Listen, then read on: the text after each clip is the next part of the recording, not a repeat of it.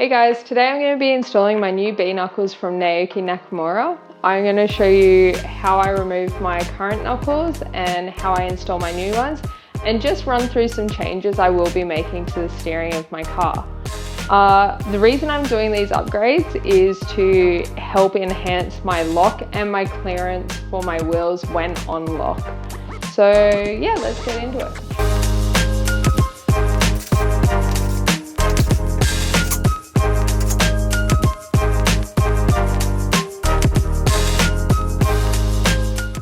So what we'll be doing is we'll undo the tie rod end, undo the LCA, take the caliper off, take the coilover off, remove this knuckle and remove the hub from the knuckle.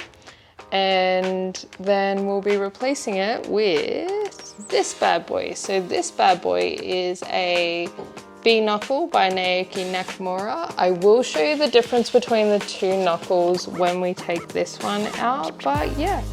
This is kind of the setup we'll be working with. So we've got 19, 19, I think that's 19 to that.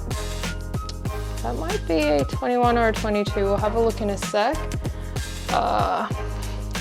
This will be about a 30, and the caliper bolts at the rear here too will be 19s. But yeah, let's get into it.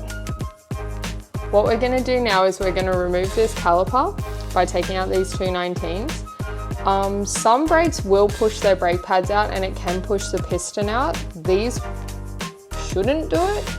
I haven't had issues with S13s doing it before, but I do know some newer cars do, so always be mindful to check before you take your brake calipers off.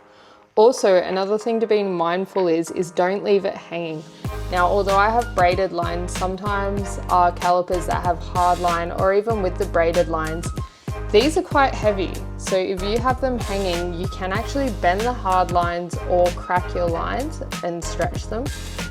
And that can obviously cause leaks, it can cause brake fade, it can just cause a whole lot of issues. So that's something that we do not want. And that's why I'm very mindful when I do take calipers off, I'll place them somewhere where they're not hanging, or if I put them here, I will secure them with a zip tie, or I'll secure them up here to the coilover using a zip tie through the bolt hole. And yeah.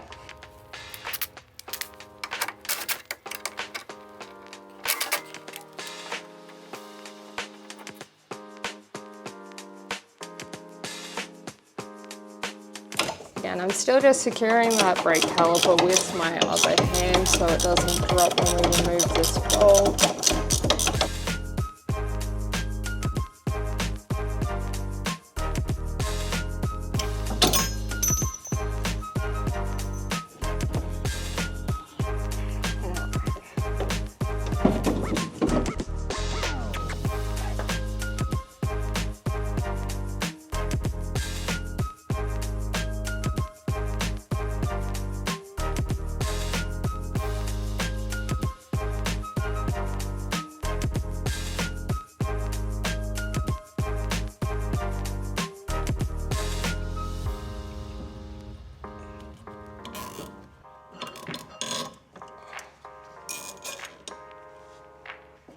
Alright, now what we're going to do is we'll remove our rotor.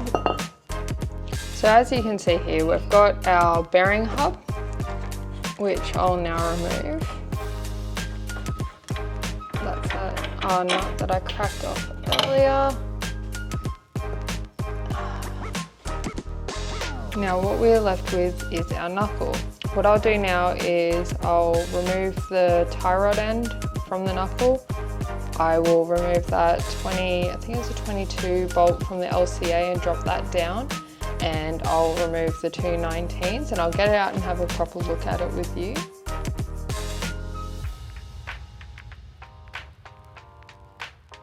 What you don't want to do is you don't want to bang on this rubber. As you can see, these tie rod ends are already cooked.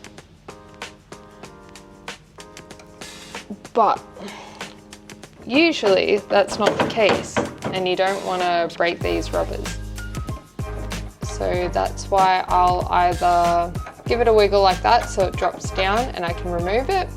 Or you can give the top a little tap with a rubber mallet. So same with this one. What you don't want is to split this rubber. So try to avoid anything like pry bars that's gonna split the rubber at all. So what I like to do is I either like to give the knuckle a bit of a jiggle or just give the top a little tap with a rubber mallet. Again, being mindful and careful that you don't hit that rubber.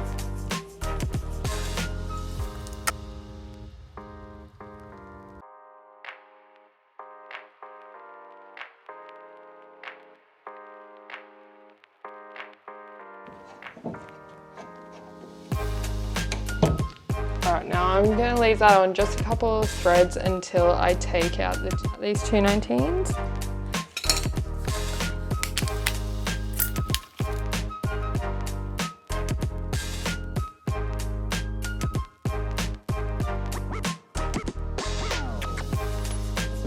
Take that 22 out now. Drop that down. Finish undoing this one.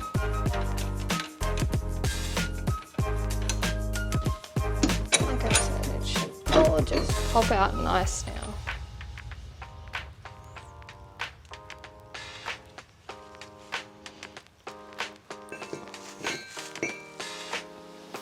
Now, as you can see, we've got the two knuckles next to each other. You can see this is dramatically shorter on the B knuckle, which in turn will give us more movement with our steering, and it will give us a greater range of lock. Now, let's get these B knuckles in.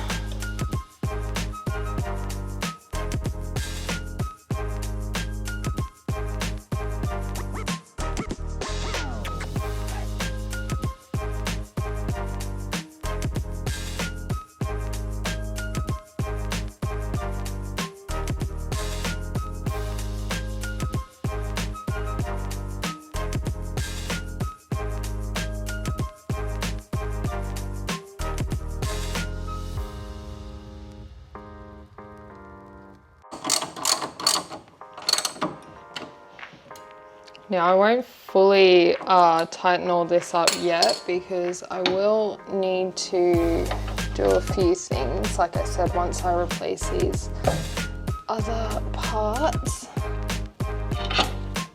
But I'll just nip it back up at the moment just to keep it all neat and out of the way.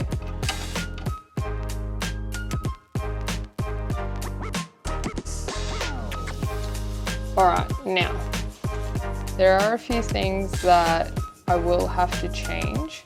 So, as you can see, the stub at the front of this knuckle too is quite a lot larger than the standard one, which means my bearing hub now will not fit, as you can see. So I need to get some S13 hubs. I will most likely get them from Kudos Motorsports, but what I'm going to do now anyway is I'll mount my caliper back on just so it's sitting on there until I can get those new hubs and finish it all off. Hopefully by then too I'll have my new Maxima tie rod ends and hopefully some different LCAs, because I just don't plan on running these ones. So yeah, once that's all on, I will be able to show you the clearance that I then get and how much extra lock that's going to give me in the long run. But yeah, as I said, I'll be buying some S13 hubs from Kudos Motorsports. I'll probably get my tie rod ends, so I'll be running a Maxima RE1050. I think I'll grab those from Spares Box. I jumped on their site the other day and they've actually updated their site. It's so easy to use now. And they had a few different options there at different price ranges, which is good. And then yeah, like I said, I'll probably grab some caster arms and LCAs from GK Tech, or I'll be running extended LCAs and some GK Tech casters. Or if you have any recommendations on LCAs or casters, let me know. But yeah, so that's a real basic way of how to do knuckles. Again, things to remember, don't leave your calipers hanging. It's always important when you do something like this to get a wheel alignment afterwards. Obviously, I don't have to worry about that right now because I'm still building this car. It's not driving. I'm not going anywhere in it anytime soon, but I will get wheel alignment as soon as it is driving. And also, if you're doing your brake calipers or even just changing your pads or your rotors, remember to check whether yours is a pressurized hydraulic system, as I know a lot of the new cars do have that, and you do need to do a process with your ECU before you can actually change them. Because what can happen is as soon as you take pressure off your calipers, it pushes the pistons out, which can push the pads out. It can pop the seals in the pistons in your calipers then, or it can crush your fingers. So it can either be expensive or dangerous. So always check first before you do them. But yeah, so if you ever have any questions or want to see little tutorials as I'm going with this car build, drop a comment or send me a message.